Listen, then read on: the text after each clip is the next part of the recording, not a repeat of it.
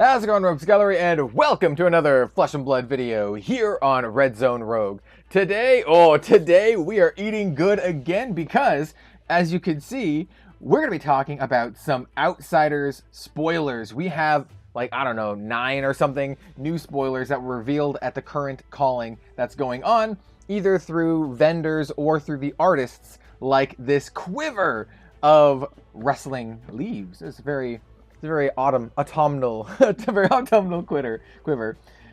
Anyway, I'm stoked for this. We have a lot to talk about. We have Quiver. We have all of the new tokens, like the Frailty token and the Blood Pox Rot thing token. We got a lot to talk about. Assassin cards. We got a new Ninja card. So let's do it. Let's just start. So obviously we have the Quiver of Rustling Leaves. This one was actually available for folks to get as an artist proof, which is what you're looking at right here, through Mark Poole at the calling. So that's what this is. This is an artist proof. As you can see, it is also signed by Mark here. The art is absolutely gorgeous. I love it. I love the vibe here. This in cold foil is going to look really, really nice. But let's talk about what it does. So it's a quiver, and it says, a quiver can be equipped in a weapon zone in addition to a bow. So this does not take up anything. This is something that you just get on top of all of the other stuff that you're already doing. So as such, this is a must play. Like, just unless there's multiple quivers, this is a must play in Ranger, assuming you're using a bow. Now that we're getting a quiver, we might be doing other shenanigans.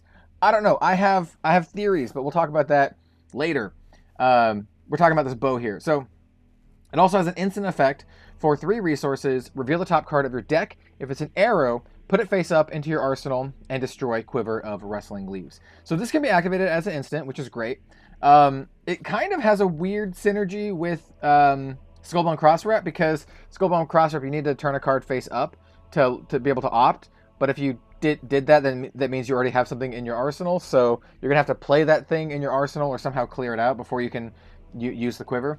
I still think this is, like, really, really solid, right? It's not, like, insanely, like, overpowered or anything, but what it is slight advantage. And that's what like makes Flesh and Blood cards good. Cards that give you slight advantage. Why is Fiendel Spring Tunic so good? Because it gives you 1 resource every 3 turns, a small advantage over time. This one just gives you 1 instance of a sort of small advantage. It almost draws you a card, right? Because it puts it into the arsenal. It costs 3 resources, right? So it's going to cost basically a card.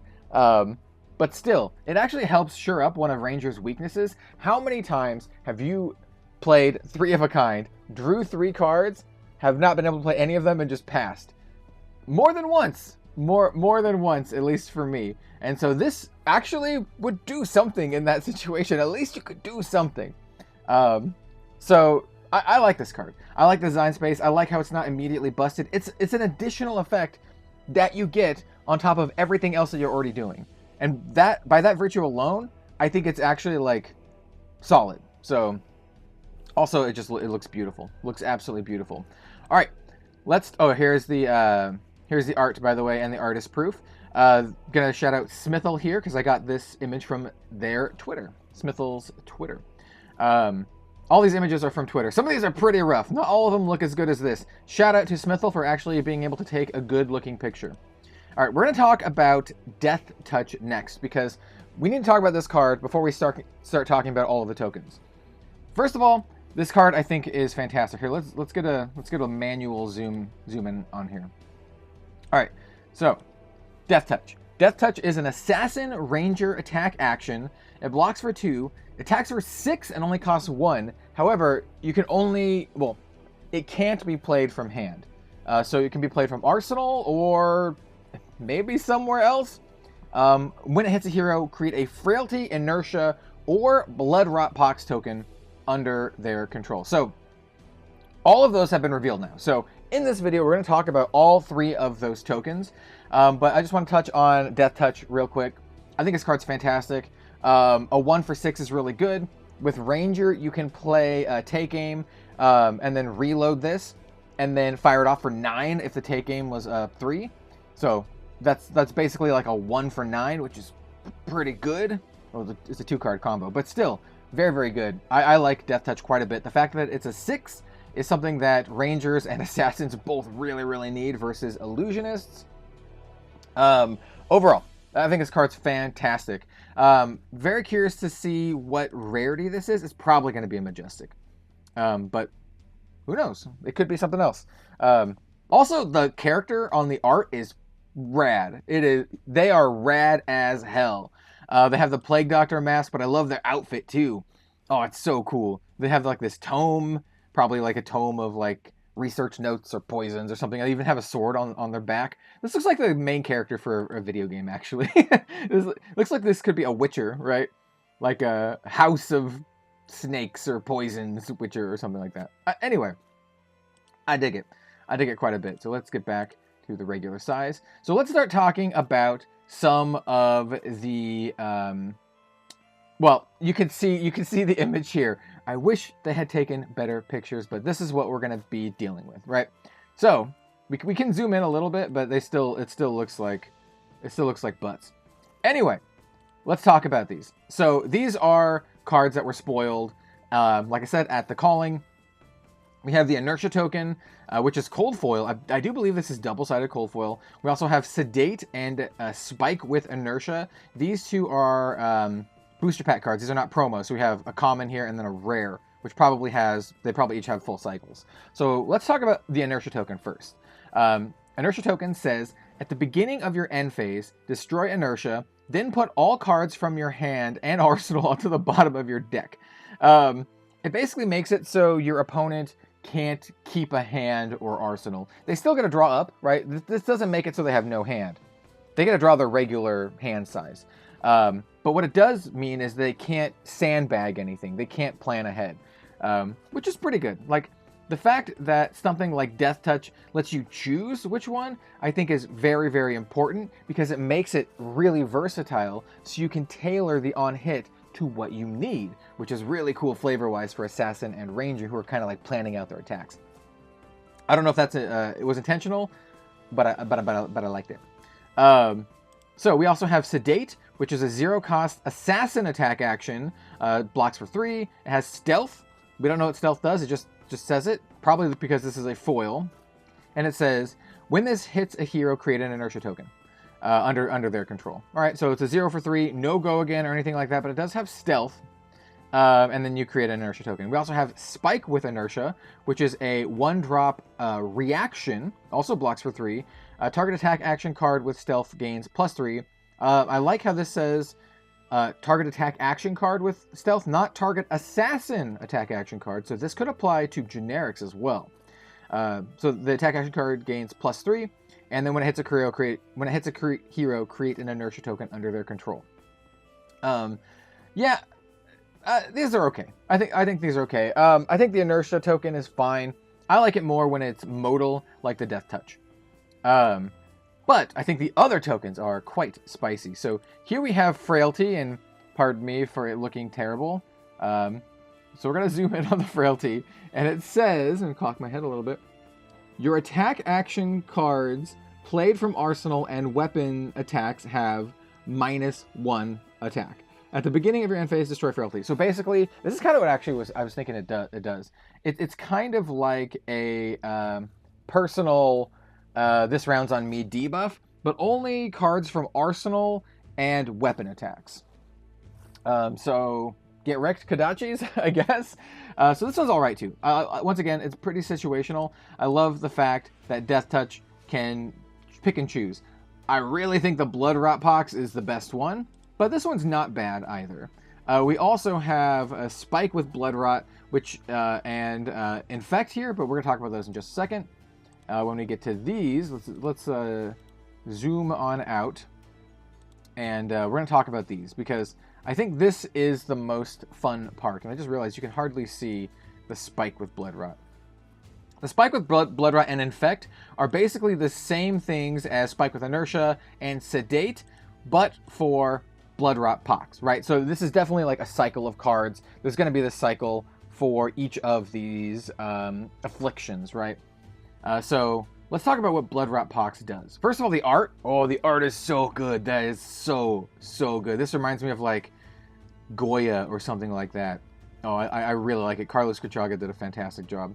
So, Blood Rot Pox says, at the beginning of your end phase, destroy Blood Rot Pox, and it deals 2 damage to you unless you pay 3, which is, it's good. I really like the Blood Rot Pox. Giving your opponent multiple Blood Rot Poxes, if you can, oh, that's sick. That is so sweet. So, it basically means that they have to sandbag cards to pay for it, right? Because it's at the beginning of the end phase. Right, so it's at the beginning of your end phase. So they basically have to sandbag at least a blue pitch card or something to pay for this, which could be the case. I mean, in some cases you kind of might be able to give them a mulligan of sorts, but I think overall this is gonna be great. I really like the Blood Rot Pox, and I want to give people multiple Blood Rot Poxes. And then, like I said, we have Spike with Blood Rot. The same thing. It's an attack reaction that gives an attack action card with Stealth +3, and then when it hits a hero, they get a Blood Rot Pox. And then Infect, same thing, 0, Stealth, attacks for 3, blocks for 3. When it hits a hero, create a Blood Rot Pox. I want to spike my Infect to give him 2 Blood Rot Poxes. I'm really curious to see if these afflictions, like some of these, they seem very flavorful with Riptide, right? Don't they? Oh, it's interesting. So we're definitely seeing some like, I don't know what you would call them, not vertical themes or sets or anything, but we have definitely like these draft archetypes, right? You can draft around and try to get stealth, basically. This is what this cares about. It cares about stealth more than anything, because, yeah, they generate these tokens, but what they actually care about are cards with stealth. So that's going to be probably a key part to draft here. And these are commons and rares, so that means that you're going to see them quite often. So that'll give us a hint as to what flavor the draft is going to be.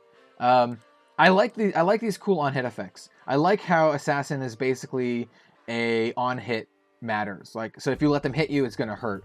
I dig that. And then we have one more card to talk about. It's actually a ninja card called Bonds of Ancestry. This is a rare card, which likely means that it has a cycle, probably a yellow and a blue as well. Attacks for 2, blocks for 3. This has combo. This one's really interesting because it does something fairly unique in Flesh and Blood in that it refers to the name of a card, but not a specific name. So it says, combo, if a card with Gust Wave in its name, like Whelming Gust Wave, was the last attack this combat chain, this costs 2 less, so it's free. Then it gains Go Again, and when it attacks, you can banish a card with combo from your graveyard. If you do, search your deck for a card with the same name, banish it, shuffle it, you may play it this combat chain. This card's really good. This is so spicy, because this basically draws you a specific card, right? So it's particularly good with Katsu, right? Because with Katsu, when you hit, you can discard a card that has 0 cost from your hand, and then go tutor for a card with combo. Since you discarded a card, right, you can actually banish that card with Bonds of Ancestry, because this banishes cards with combo from your graveyard, and then you get to go search for the same card. I think this card's sweet. I think this card's actually sweet. Ninja fans, I want to know what you think of this card. I think it's sick, dude. I think you can do some cool, like really cool, like Katsu stuff here. And I like how this old man is just giving this dude like this elbow slam kind of thing. I dig it. So yeah, these are our Outsiders previews for today. I don't think I missed any, but there's some really cool stuff. We got a new quiver. We have what the these tokens do. I love how they're all pretty targeted, right? So we have this one that ruins your opponent's plans if they're trying to plan ahead. We have this one which kind of stops these arsenal attacks and weapon attacks. I think the weapon attack is probably going to be more useful in the long run, or the overall meta of Flesh and Blood. And then we have my favorite, Blood Rot Pox. Take some damage, or pay the 3, which I think is really cool. So let me know what you think of these in the comments down below. I'm so excited for Outsiders. Obviously, this is, oh, I'm so stoked. This is going to be my favorite Flesh and Blood set. It's everything that I want. My 2 favorite classes and another one of my favorite classes, Ninja, coming together for an awesome, awesome time. And then we got stuff like this quiver.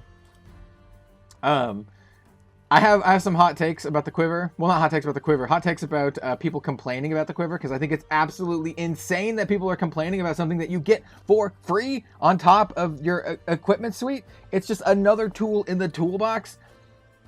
Anyway, I'll save that rant for maybe the Living Legends podcast. Thanks for watching, everyone. Let me know what you think of everything down below. Take a look at this beautiful, beautiful Mark Poole artwork. And we'll see you next time. Oh, this is so sweet.